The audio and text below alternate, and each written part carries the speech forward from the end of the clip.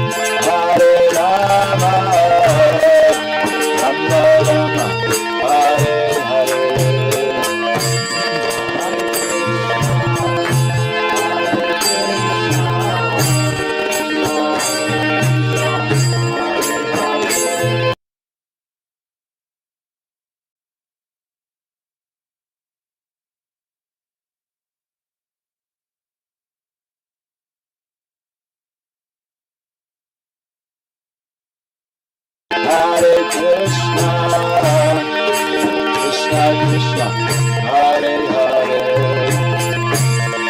Hare Rama, Hare Rama, Rama Rama, Hare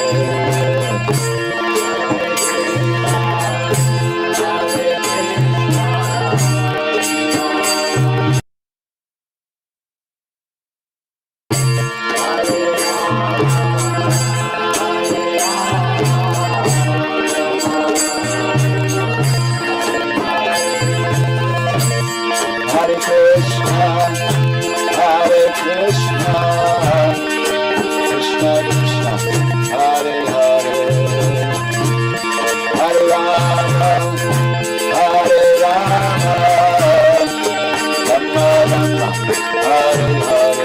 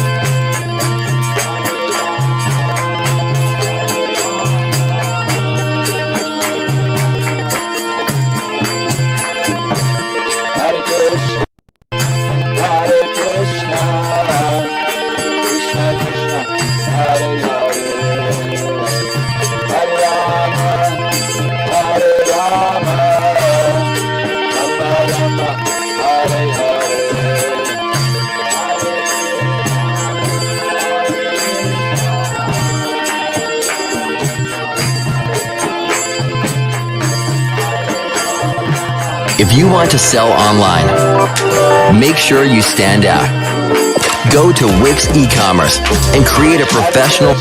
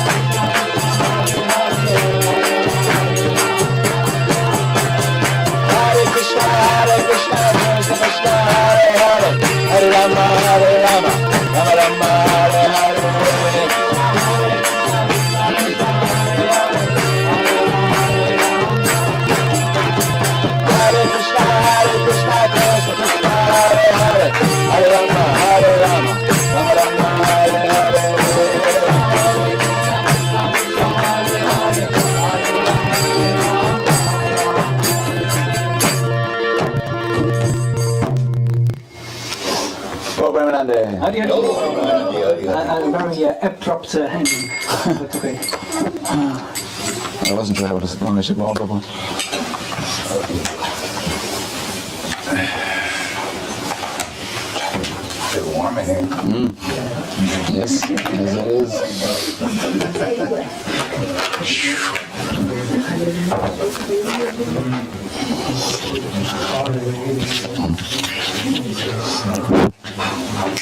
There's a microphone, is it? Okay. Do you want this? Or have you got some? I guess.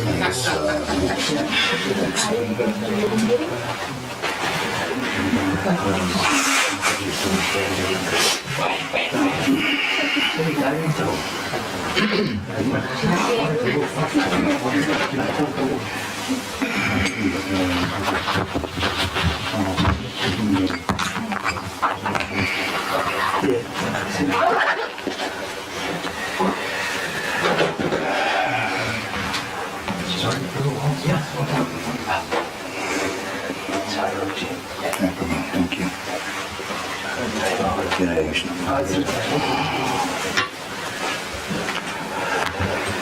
It's been a while since I had a flower growing.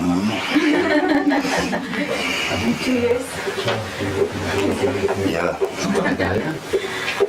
You know exactly how long. We all do.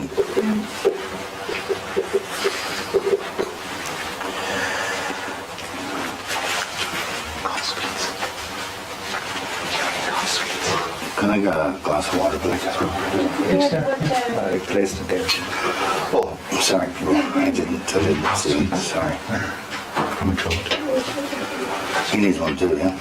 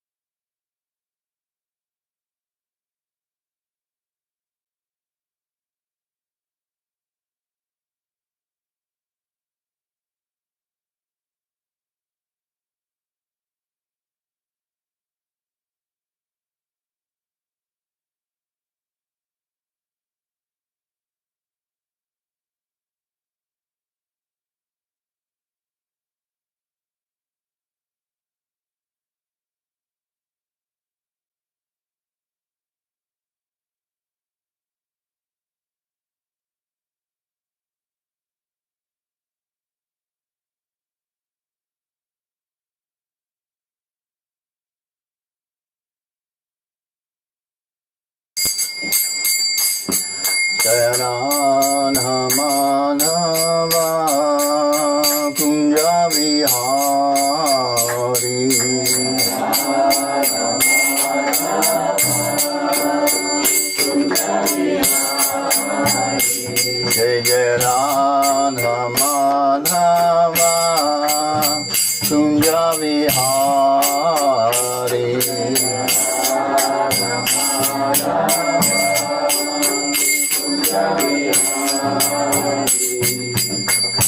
Jana Vallabha Girivaradhari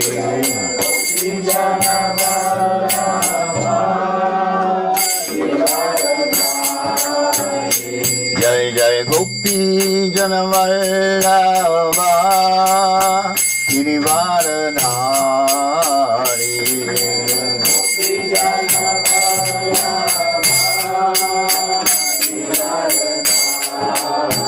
Yashodanandana Brajajana Ranjana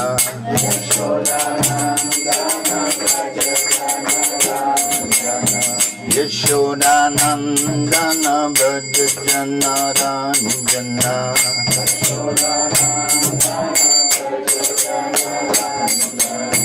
Yamuna Tira Vanachari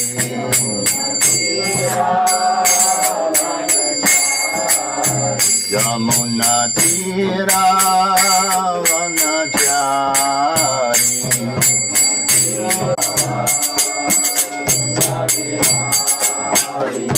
Jaya Radha Madhava Kunja Bihari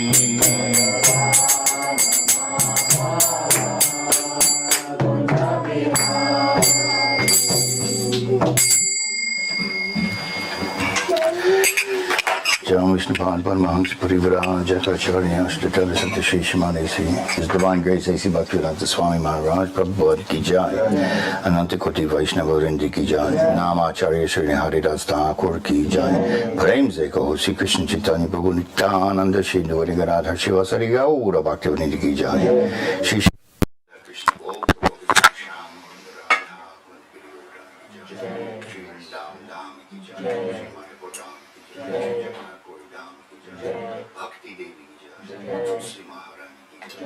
all glories to Sanga.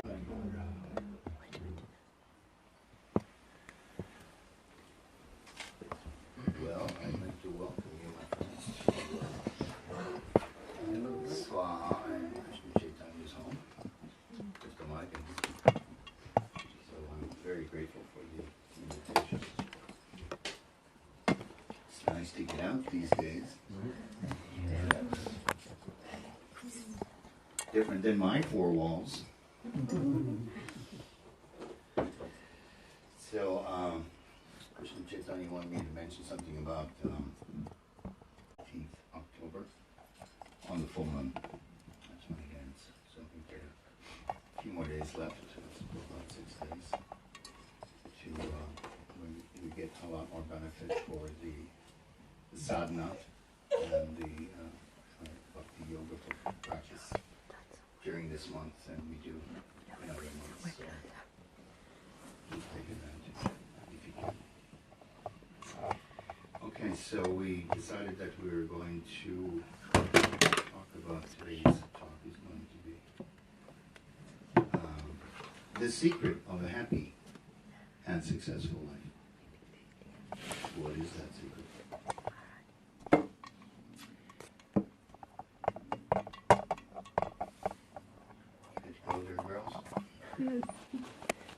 Boss has many uses. Sitting as a stand for an iPhone. Okay. Dharma, karma. Life purpose, desire. Dharma, as most of you know, duty, obligation, occupation of duty, right action. Doing the right thing for the right reason. Honesty, truth, integrity. Acting in harmony with our nature. Our fundamental nature, our God-given gifts. The Prabhupada has given these examples many times. The Dharma of sugar is sweetness. The Dharma of water is liquidity. The Dharma of sunshine is light and heat, etc. So So what are the qualities that you possess that are reflective of your nature? Are you doing these things in your life?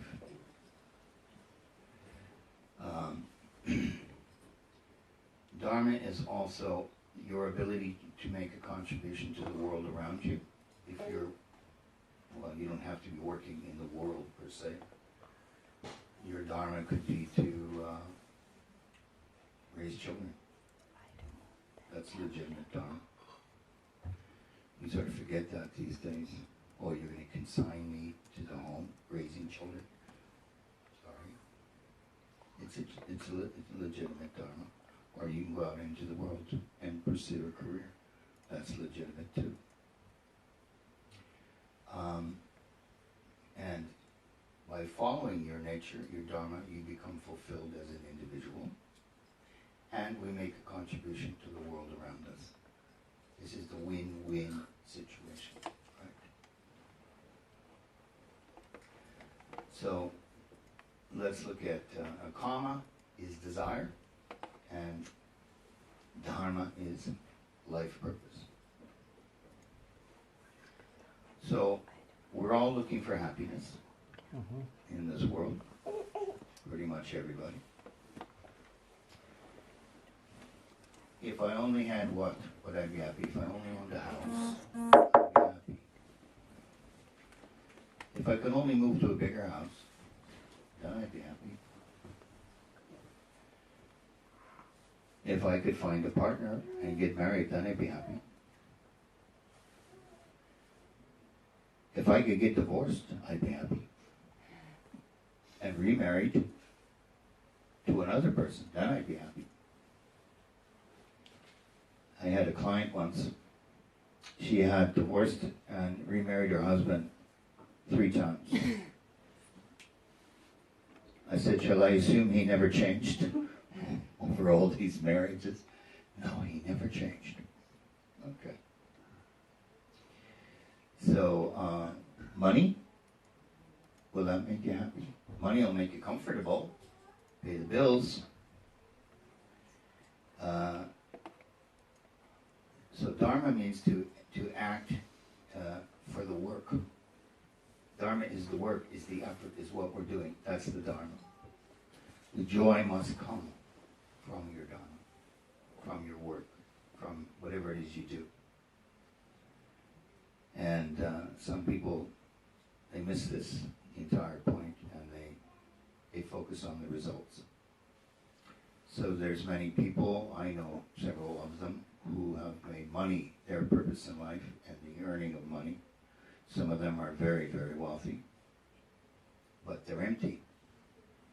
They've got many things, nice cars, several houses, etc., but they're not happy because they either did to fulfill your dharma means to do the right thing for the right reason. Another way we could say it is to be proactive, to do the right thing for the right reason, as opposed to being reactive, to do the right thing for the wrong reason, or the wrong thing for the wrong reason. So no matter what you may achieve, if it's not being done for the right reason, it's not going to satisfy. So what is the only thing you think if you had, you'd be happy? Anybody?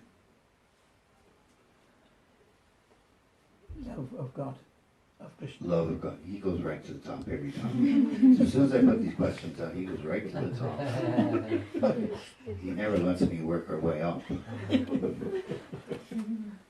Yes, you are correct, once again.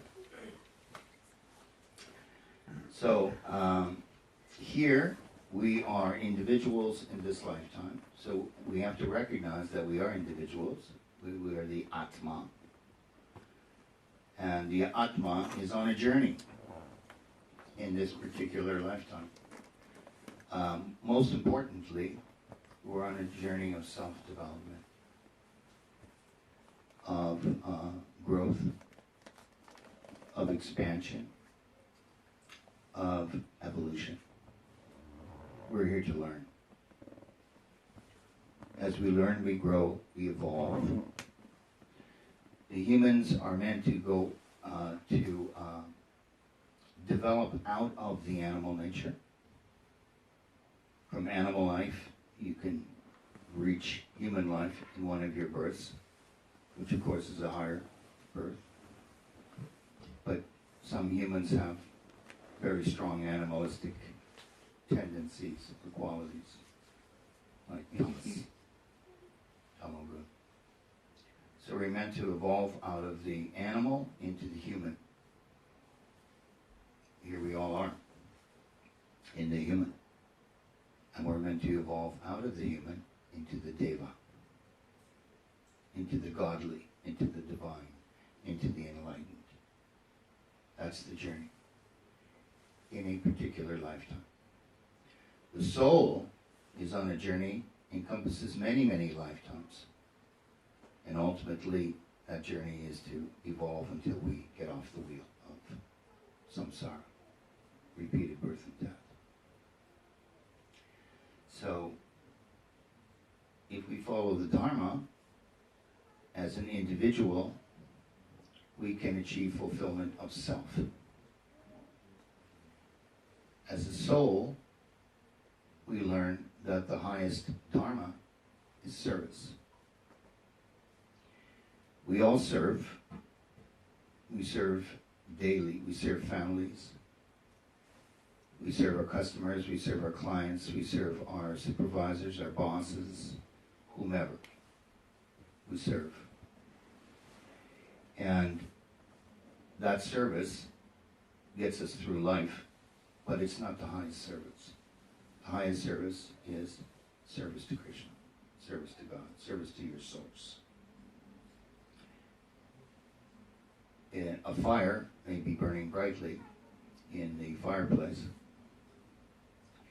and the fire is very volatile. It moves, it dances, it jumps. As we know, fire doesn't sit there like this. It's in constant motion. And sometimes little sparks will jump out of the fire. That's us. We're a little spark. If a spark remains out of the fire, which it does typically, lands on the floor or wherever it lands, next to the fireplace, what happens to it? It goes out. So when we disconnect from Krishna, the source, we go out. We flame out. And that's what happens when we land in the material world. Somehow we've disconnected to the source. So, service, as Prabhupada has explained, is the Sanatana Dharma. Sanatana Dharma is eternal service. And that means service to God. Any service we do in this world is temporary. It will last as long as we're here, and then it'll end when we die. Service to God never ends.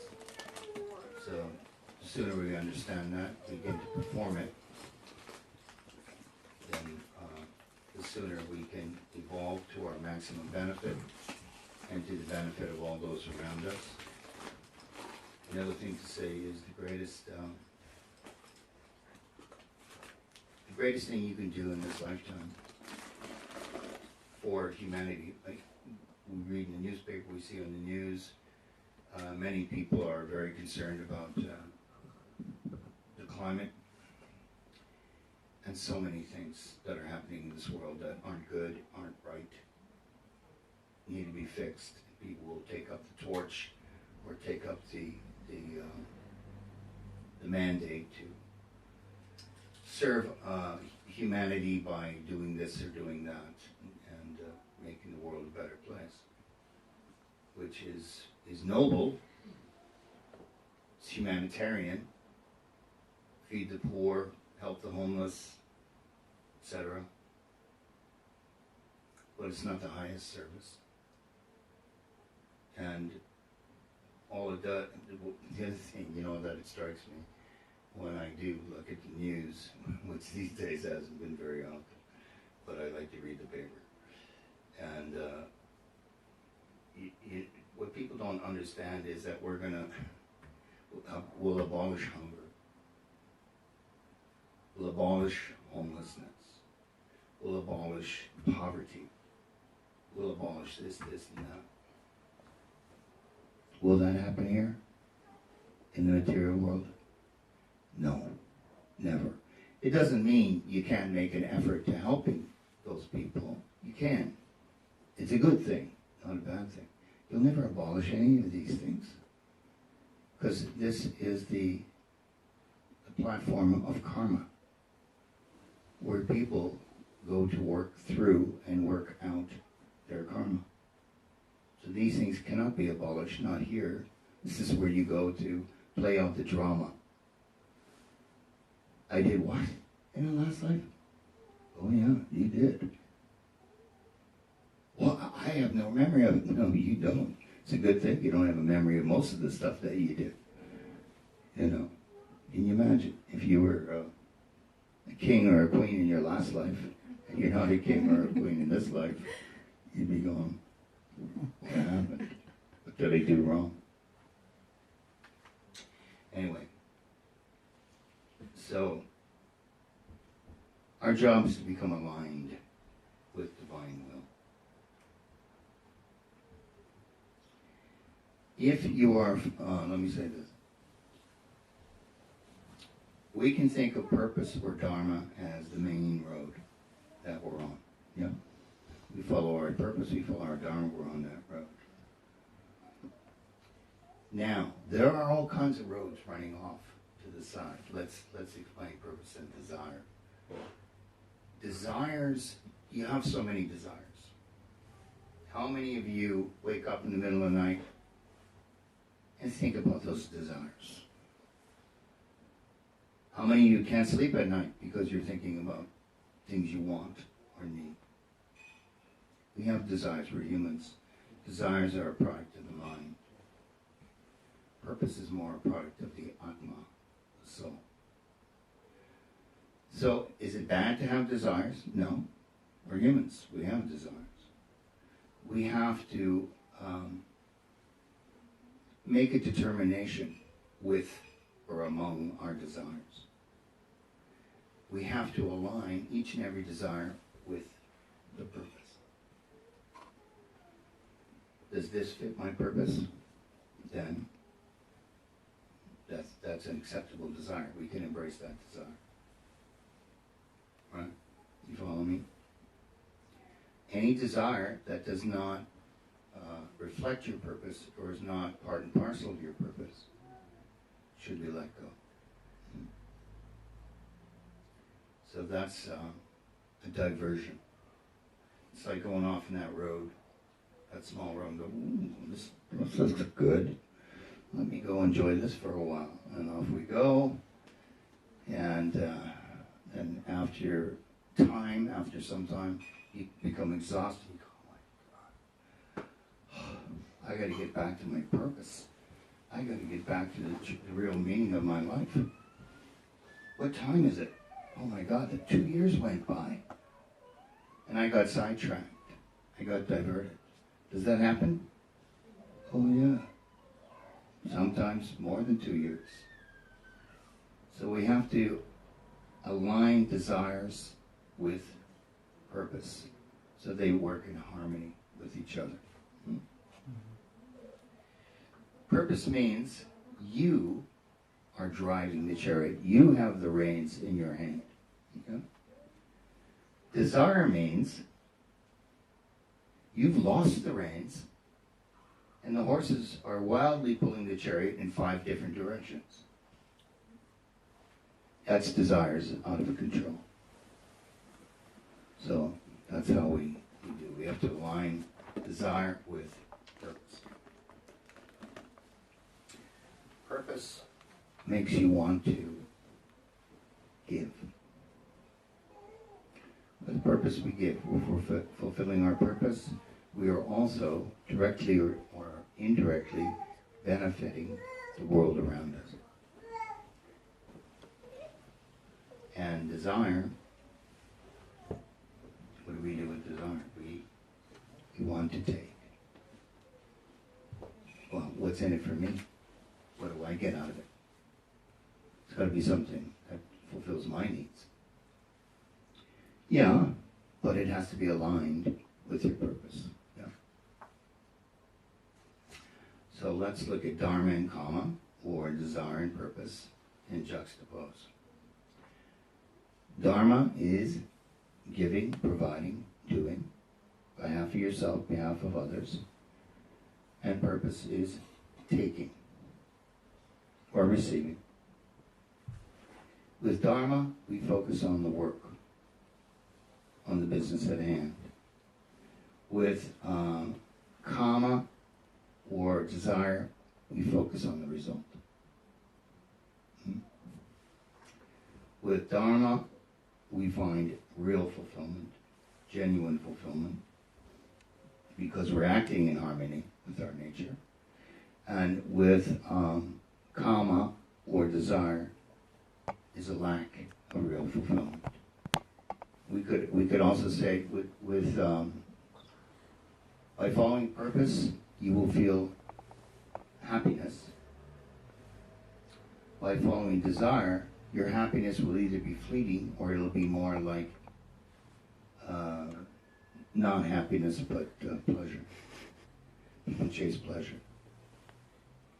And pleasure will give you pleasure, but it never lasts very long. Or we reach the law of satiation.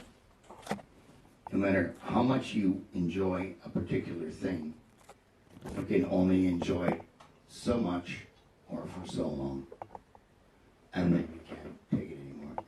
If you sit down to eat a nice plate of prasadam and your favorite dish is on the plate, you may want to eat that for the next few hours, but it's not possible. You can only have this much because you can't eat anymore, for example. Same is true of anything in this world. Any kind of enjoyment has a limitation. And of course, when we overdo it, then we get the negative effect. We get the negative result because we've overdone it, right? Dharma is using the heart. Dharma is understood through the heart. The intuition. This feels right. Now I'm doing this. I'm far more satisfied because it's more reflective of my nature and who I am. And I'm making a contribution to the world around me. So we have to use our intuition, our heart. And kama, or desire, is the mind. So the mind is, how does Prabhupada say, manovrata, riding the chariot of the mind, which will take you all over the place, as you know. Have you ever done this little exercise? Time yourself for a minute. Sit quietly. Take a pencil so you can mark a mark each time. Get that ready, because they'll come fast. And in that minute, just mark a tick for every time a new thought comes into your head. Oh, I have to buy oranges at the grocery store. Oh my God, I forgot to call so-and-so back. Oh, I hope so-and-so doesn't call me tomorrow. Oh, etc. Does your mind work like that, or is that just mine? And see, in 1 minute's time, how many different things have gone through your mind. Yoga means to make the mind single-pointed, right? That's what the mantra is for. That's what Shravanam Kirtanam is for. That's what yoga practice is for. So, mind needs control. Back back to Dharma and Kama. Dharma is a manifestation of self, the Atma, and Kama, or desire, is a manifestation of ego, ahankar. That's the difference. How many people here are currently in their lifetime doing their Dharma, following their Dharma? From your own perspective.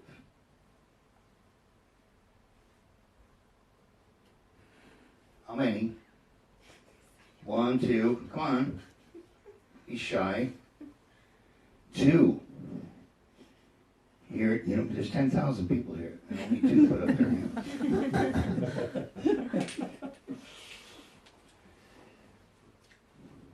One way or the other, my friends, and your Dharma doesn't necessarily have to be your job, but it would be good if it were your job.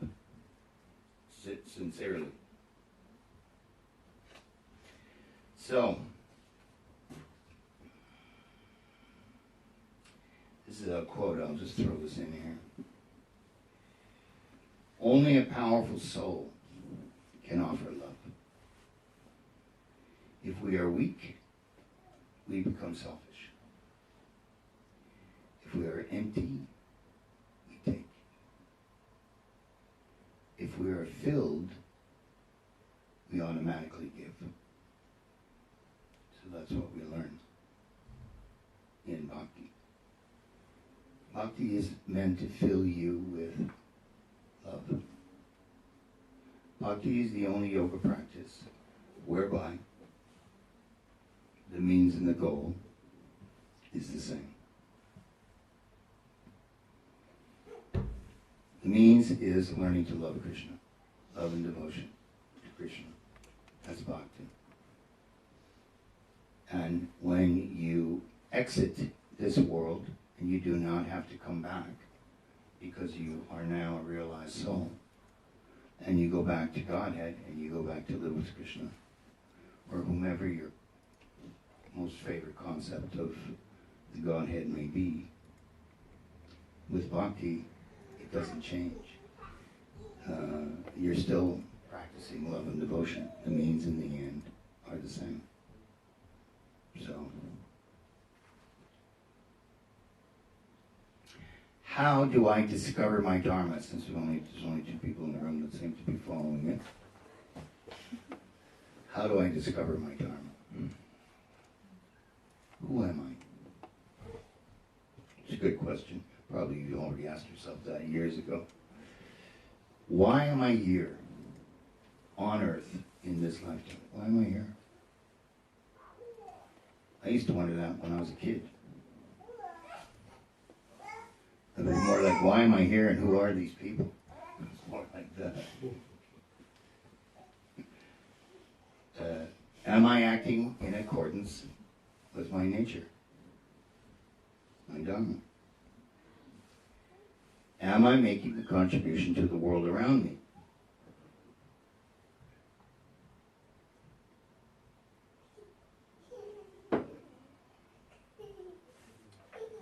Am I following my heart? You will find out. You will be told if you're not following your heart. Where did I write this? Result of not following your Dharma, which is the same as following your heart, is unhappiness, lack of fulfillment, frustration, resentment, midlife crisis, or serious illness.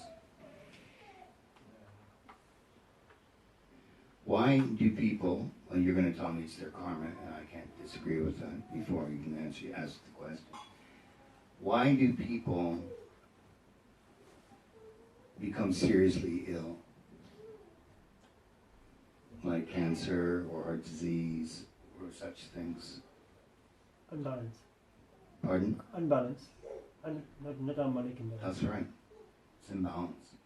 It's holding on to negative emotion.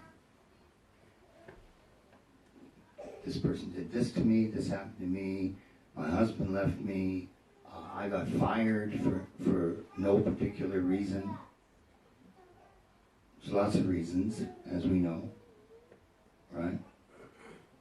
And that's fine. These things happen, but we need to and they bother us, fine, for a while, and then we let them go, right?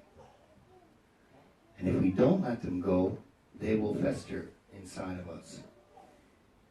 You can't hold negative energy, negative emotion, anger, frustration, resentment, criticism, blame, guilt.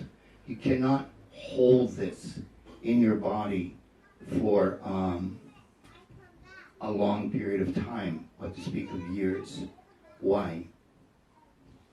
Your body is an integrated being.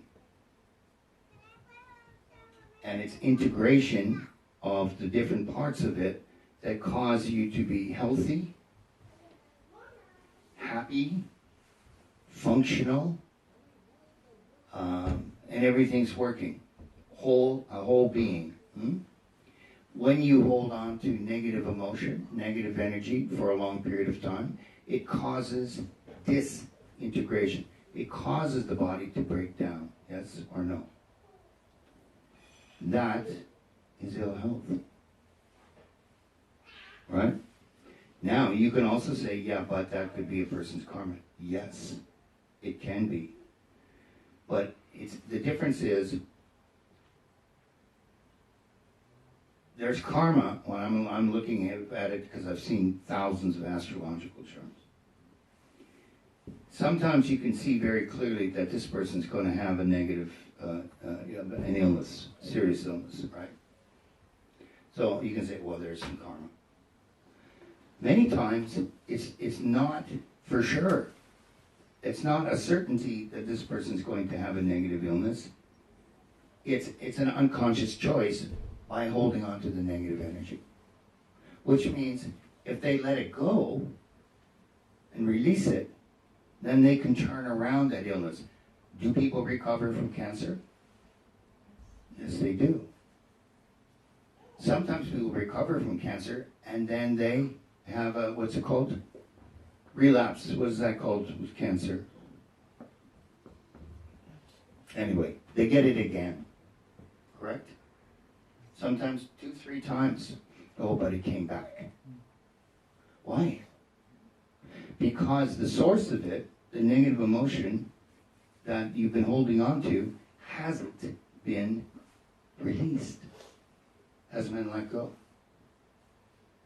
What's happening? Cancer, as an example. Cancer is the body eats itself, correct?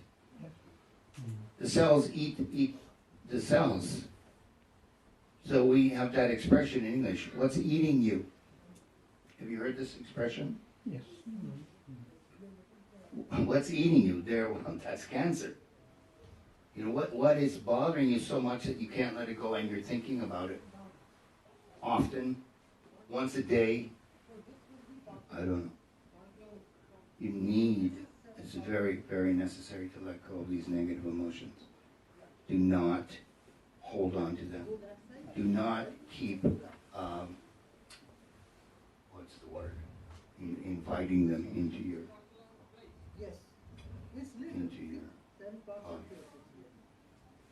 or sustaining them. Okay.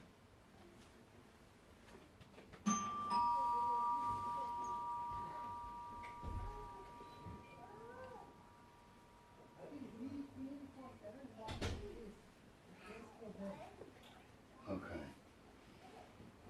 Pretty active around here, huh? It's real quiet where I live. So, following your heart. If it feels right, then it's probably right. Your heart is your intuition, right? How many here rely and utilize their intuition? 1, 2, 3, 4, 5. Well, let's see. That's good. It's a bigger number than 2. Okay.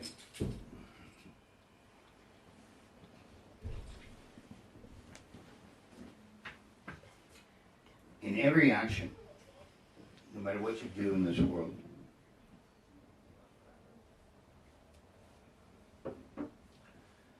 or when you're trying to understand others, or maybe you're doing negotiations with others, or whatever you might be doing,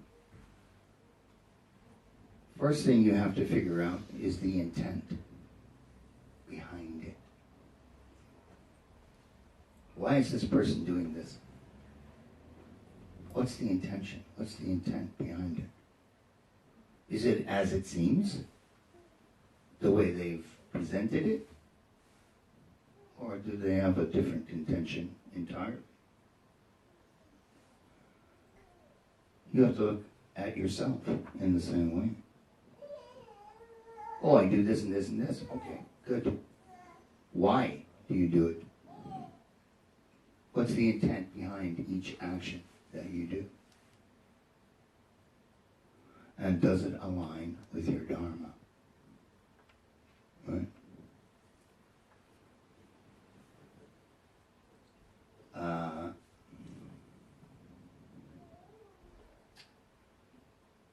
One person says to the other, we should get married. Really? I love you. You do? You sure? We only met a couple of weeks ago. No, but I do. We should get married. What's the intent? Sounds like a desperado. Desperate to get married. To whomever we can drag into it with ropes, for example. Always look at the intent. The intent is on this side, and on the other side, ultimately, is the goal. Why would we get married? Well, if we love somebody, that might be a good reason. But when it comes to relationship, you have two people. You have a man, you have a woman. They've agreed to marry. Okay. What is each one's intent on the marriage, in the marriage? Is it in harmony? Or is that at odds? Because you better figure that out before you marry. I recommend. One's goal, the goal of the marriage, is to have security and happiness and share a life with a partner. Fine. The other's goal is to, I just want to have a baby. I want to have a baby. Okay. That's legitimate. Does he want to have a baby? No, I want to have a baby. Now we got a problem. Intent and goal. Yeah. Does it make sense? Okay. Now let's go to my favorite book. Guess what it is? Bhagavad Gita. By Sri Krishna. It's translated by Prabhupada. When I was 22, I sent away for Bhagavad Gita as it is. And it came in the post. And it was summertime. It was July in Canada. It was nice and warm and beautiful weather. Sun shines a lot there. Saskatchewan. Almost woke Gary up with that one. And then I had a little rubber dinghy you could blow up, a boat. And I paddle out to the middle of this lake in the middle of the city. And I read Bhagavad Gita. That was my morning program for that summer. I read it cover to cover. That was it. Changed my life. And what it did for me and how it transformed me and made me feel, it's 50 years ago. I still feel the same. Only I understand a little bit better now than I did then. But it's still my favorite book. Was then, is now. So, 18th chapter of Bhagavad Gita. Sve sve karman yaviyorata samsiddhim labate naraha swakarma niratak siddhim yata vindati tatrenu. By following one's qualities of work, every person can become perfect. By following your Dharma, right? Now, please hear from me how this can be done.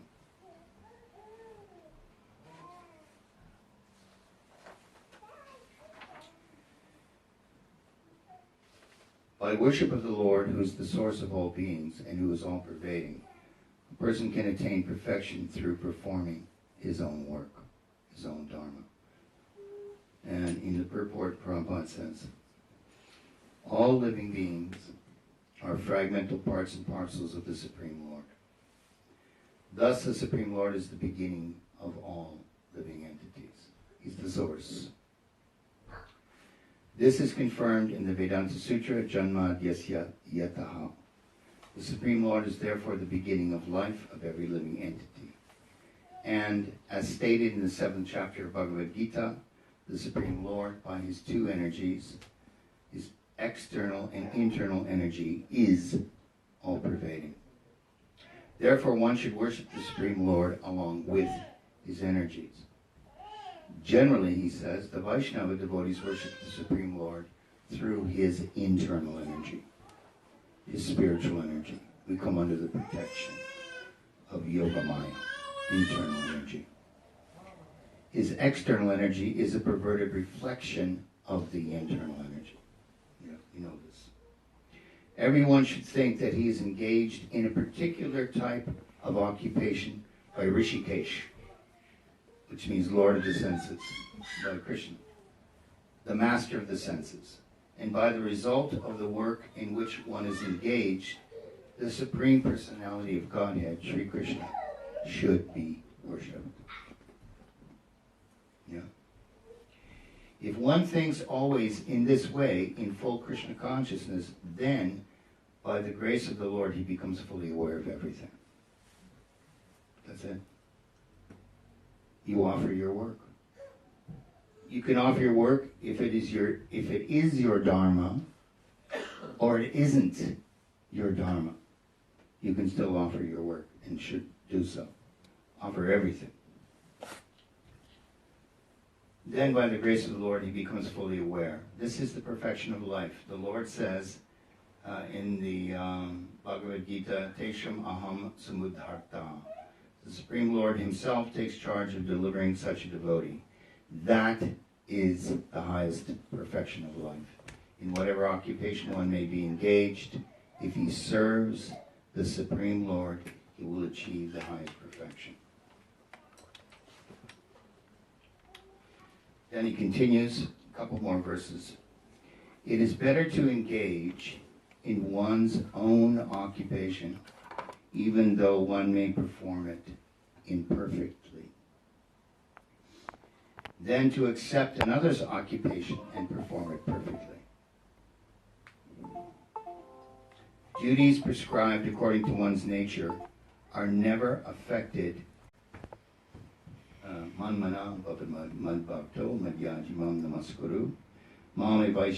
I mean, if every day you won't be thinking of Krishna all day long. Excuse me if I'm offending you, and you are thinking of Krishna all day long, then wonderful, because you'll be doing X, Y, and Z, many other things during the day. But if you think about Krishna from time to time throughout the day, that's it.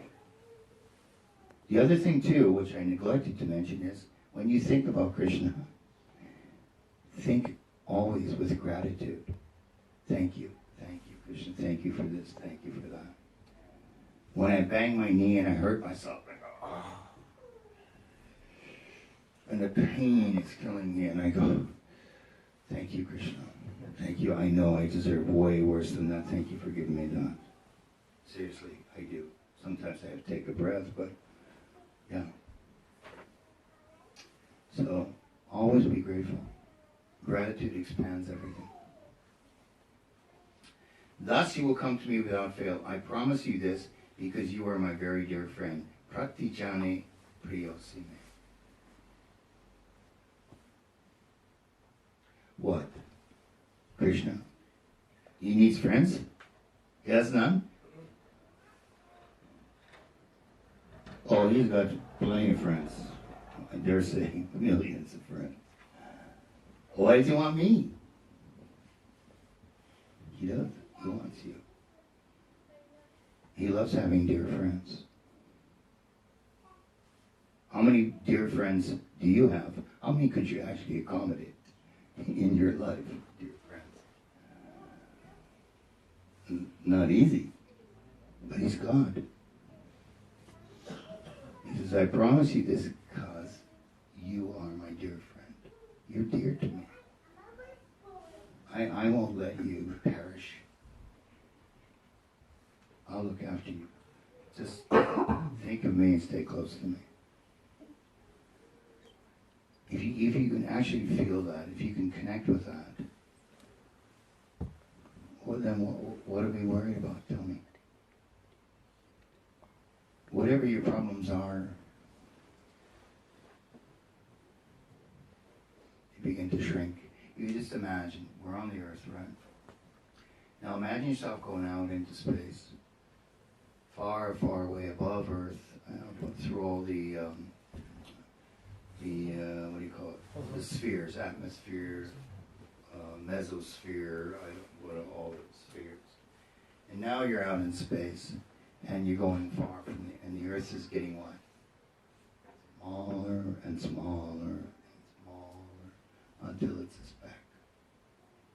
That's how you envision your problems. In the grand scheme of things, doesn't matter.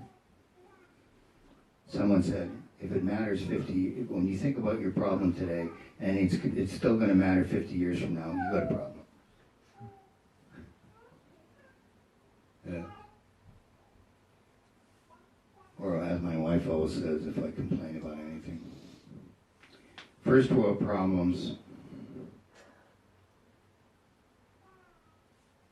Why is this important? There are people who don't have enough food. And you're worried about this. Okay, sorry. So imagine yourself above it all.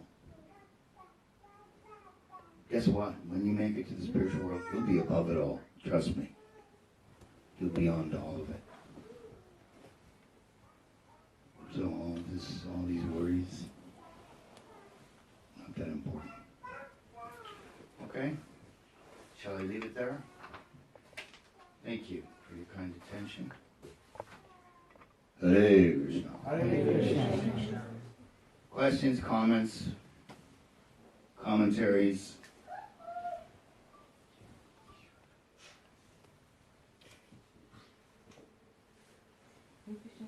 I would like to ask about what you were saying about holding on to the negative emotions or something, or grudge or something against someone. Yeah, whatever it might be. How do we learn to let it go?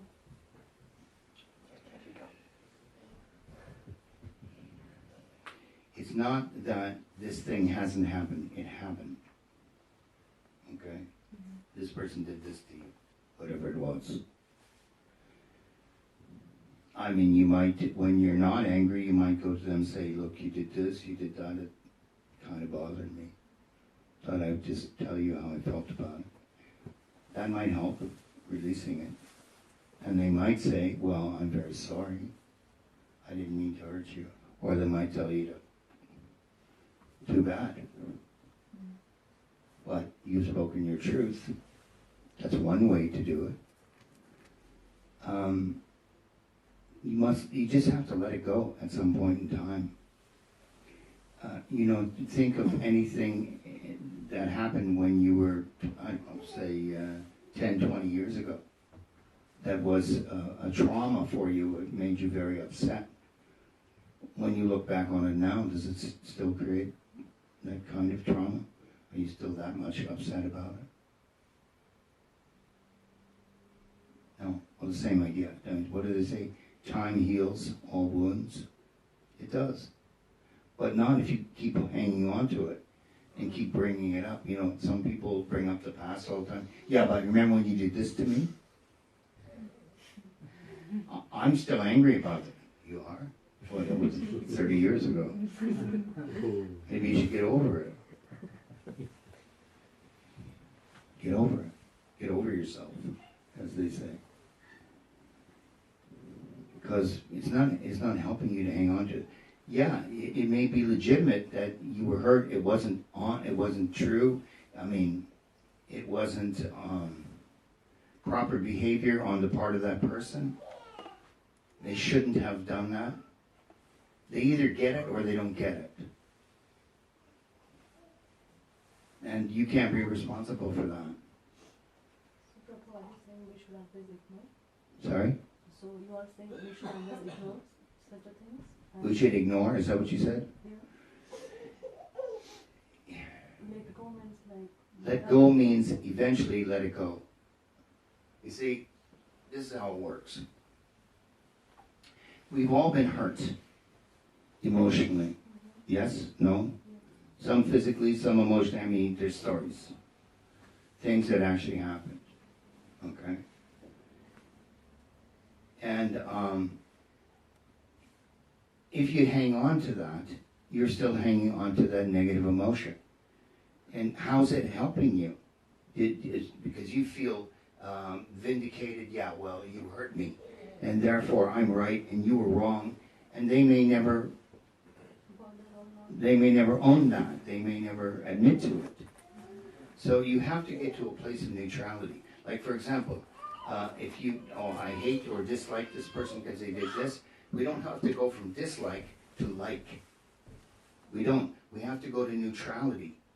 Where, when you think about it, if you think about an old wound, you go, maybe you don't look like this, but that's how you feel inside.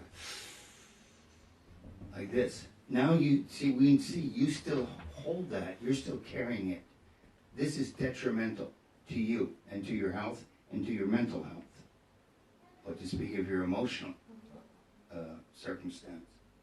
We have to go to the point of neutrality. Where when you think about it, it has no effect on you whatsoever. Nothing. You say, well, this wasn't good.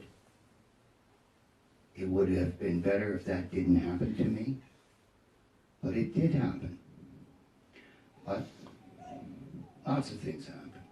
It doesn't bother me any longer. This is where you need to go. You don't have to come to, oh, now I like this person. If you don't like them because they didn't, then fine. But within you, it must be neutral. So don't hold any grudges. Don't hold any grudges. And my real question is, what about giving up someone's association? If you know that. Oh yes, absolutely, absolutely. Just If somebody does something to me that was a betrayal or something like that, I get over it. Okay. Do I still hang out with that person? No, I don't. Well, you know what it is. You know, it might be a family member, so you're stuck.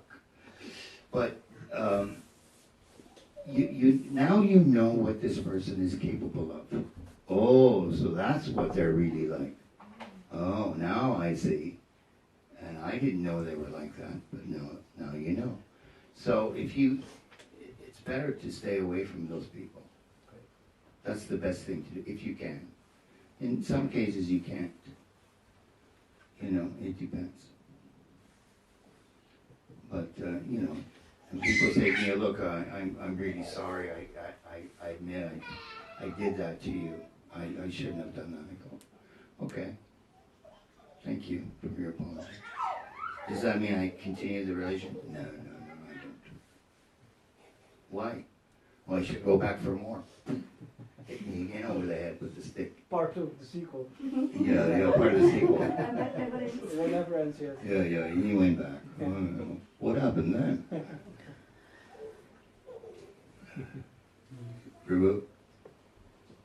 Two things. First one, thank you for the lovely speech. I hope it's all right. And 2.5 years ago, I did ask you, how many times you read the Bhagavad Gita? Then you told me you read it 60 times. Yeah. And I feel ashamed that I've not read it. Well, I'll be honest with you. I don't read it cover to cover. You know, I don't consecutively read it. Yes. So but I do read it regularly, and because I'm always thinking about verses. Yes. So even when I don't read it, I'm using smaranam, remembrance. Yes. Or, you know, I'll get something in my head about the philosophy, and then I'll start digging around and looking up verses, and that's what I mean. You know, just, in other words, don't just read it. It shouldn't be static. It should be dynamic in your life, where you're not just reading it, you're using it. You're utilizing the knowledge. What good is it if it sits as letters on a page? You go, oh, okay, I better read this because I'm supposed to read. You know, Prabhupada said we should read the books. I know Prabhupada said that don't read the next page until you know the first page. Yeah. That means... Well, we all know that some verses, you've read them and you're like, what? I don't understand. Over time, then you read it again. Oh, okay, I know what he means now. Final question. I have helped several family members financially. And now And guess what? they They never paid you back. Yeah, no, not only that, they don't write to me, they don't No. ring me, No, They don't talk that's to very me. common though. and That's very Yeah. common. and Yeah, why don't they write? Because they don't like you? No, because they didn't pay you back. And they feel ashamed or embarrassed, and they don't want you to look them in the face or you drop off the map. Debtors will lose friends faster than anybody. my wife keeps telling me, forget about it. That's the past. Don't think about it. It's Exactly. finished. Exactly. So sometimes, So you did the right thing. Probably you helped them out when they needed help. yeah. So then be happy that you did the right thing. The fact that they're not grateful, or they're not paying you back, or that they won't even speak to you, you know. Yes. Don't write. You know, I would look at that as a fringe benefit for you. You don't have to deal with them anymore. You know? Would you want to deal with somebody who won't look you in the eye? You know? How are you, Ishvar? How's it going? You been well? Oh, good to hear. You know, don't look me. Where's my mask? So I should take my wife's advice. Forget about it. Well, yeah, your Don't wife's think about advice is excellent advice. You know, I mean, you know that, don't you? Any man who doesn't listen to his wife is fool number one. Fact. I had two Chinese Chinese couple, clients, new clients, sitting in front of me. This is in Los Angeles or San Diego, I don't know, I can't remember. And this guy's a wheeler dealer in finance. He owns a couple of restaurants, and I can't remember everything. It was a few years ago. And he's telling me what's going on, and I said, yeah, but I'm looking at his birth chart, I'm going, yeah, but you lost money. You lost a lot of, yeah, well, I did lose money. Well, why did that happen? And I said, well, what did your wife say about it? When he said he made a certain deal, and the deal fell through, and he lost money. I said, well, did you ask your wife before you went forward with the deal? No. And his wife's sitting there, you know. And I said, well, what do you mean? No, she doesn't know anything about business. She doesn't know anything about my business. I said, she doesn't need to know anything about your business. That's not a prerequisite. Your wife is your source of intuition. She's an objective source. You must ask her opinion. Well, she doesn't know. No, you're wrong. She does know, and she's just making faces. Didn't say anything yet. And I said, did you know about this deal? Yes. Did he ask your opinion? No. And what would you have told him? I would have told him to stay far away from this. This will never work. There you go. A woman's intuition is generally, in vast majority of the cases, much more developed than the man's. Plus, he's operating out of desire. Oh, I really want this to happen. I want this business deal to go through. Yeah? Desire. He's chariot of the mind he's riding. And she is a objective person, and she, no, I don't have a good feeling about it. Don't do it. If my wife says, if I ask her, the only time I would ask her is if I'm confused about it. Like, I don't know if this is a good thing. What do you think? Oh, no, that's not good. Stay away from that. Then I do. And you're fool number one if you don't listen to her. It doesn't have to be your wife. It could be your girlfriend or whomever is closest to you that has your interests at heart. They don't have to know your business. That's not necessary. Intuition is beyond all that. It's a feeling. Right? Last one. And all of this was done verbally, nothing in writing. It means they haven't. I don't have a piece of paper to say. Yeah, well, yeah, you got no recourse, my friend. Yeah, let's supposing it was in writing and it was a loan, official loan, signed properly, a document. Would you then have taken them to court or whatever to get the money? I don't know the answer to that. I don't think so. So even though you may have the document, you may not act on it. Yeah. Is this your family or your wife's family? Family members. Your side or her side? My side. Not her side, my side. Yeah, your side. I wonder what she thinks about the family members on your side. That's what I'd ask her. So what do you think about his family members? Forget about them and don't worry about them. Well, that's what she says now. I bet she knew it back then. That's my point. I think she is. Right? Yeah. See, you could have avoided all this. Yeah. You could have given all that money to Radha Govinda Yes. in Innishrab. They need a new DD wardrobe house. Okay, we good? I think we're having Archie now, aren't we? Yes. Swaha? I'm having Archie. Yes. Am I too long? No, that's fine. It's okay. Yeah. Let's see, what is, we have problems outside? Sorry? Do we have problems outside? No. Oh, there's somebody in uniform. Well, maybe he's trying to save somebody's car.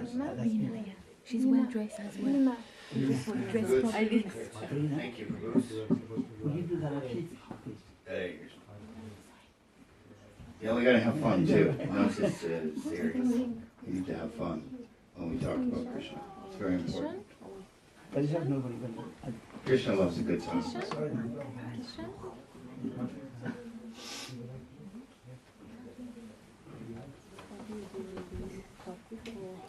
Kisha, sing. If you have nobody, I'll do that.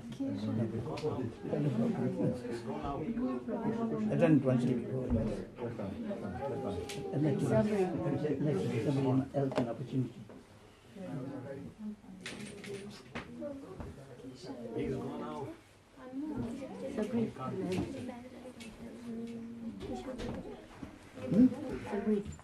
Sabri. Do you want to sing? Do you want to sing? No, just Hare Krishna.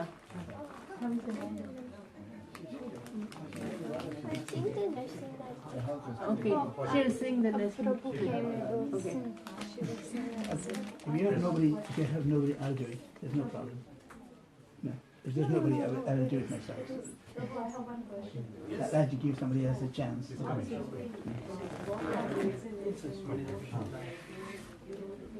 I wanted to give somebody else a chance, others I'll go on to it. There's no problem. Oh. As far as your rounds are concerned,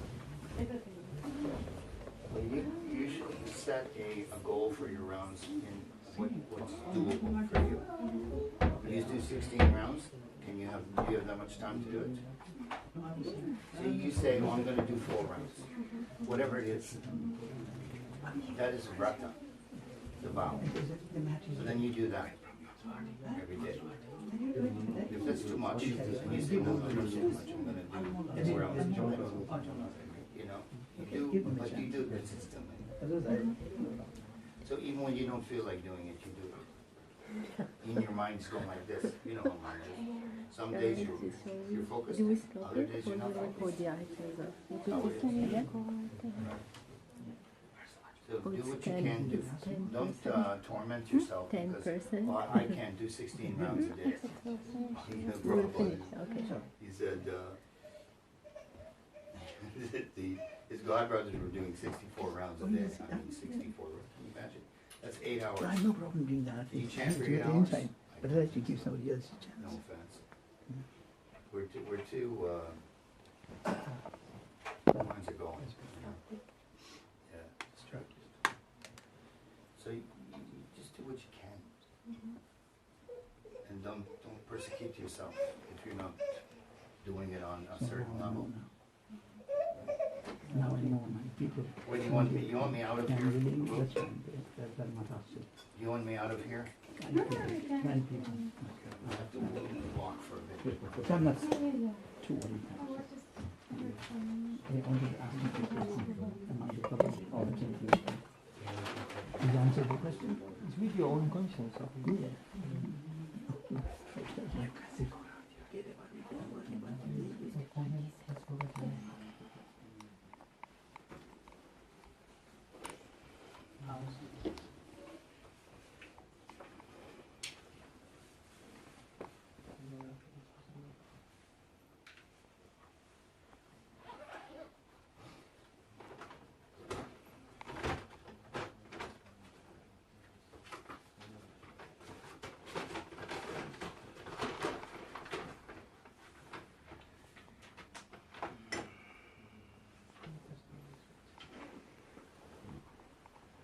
I think it'd be better if you can remain seated in that chair there.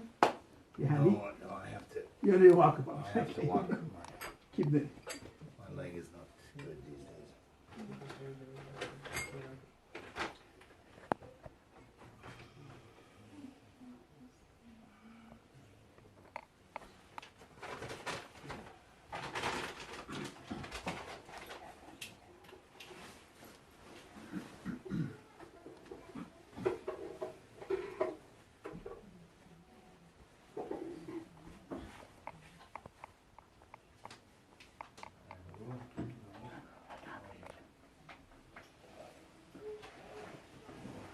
So it's time for Ati. Can everybody please stand up?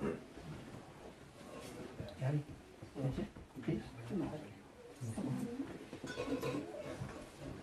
You just drive me crazy.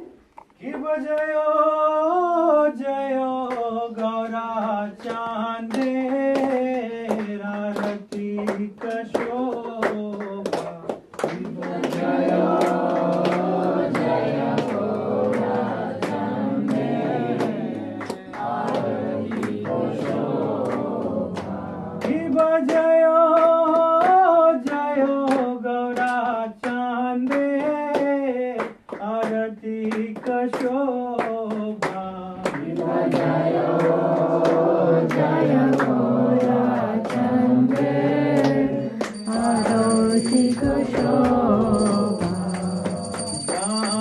Jahnavi तटवने जगमान लोभा जाह्नवी तटवने जगमान लोभा जाह्नवी तटवने जगमान लोभा जाह्नवी तटवने जगमान लोभा him दखिल निताय चाँद बामे गदाधर हिम दखिल निताय चाँद बामे गदाधर हिम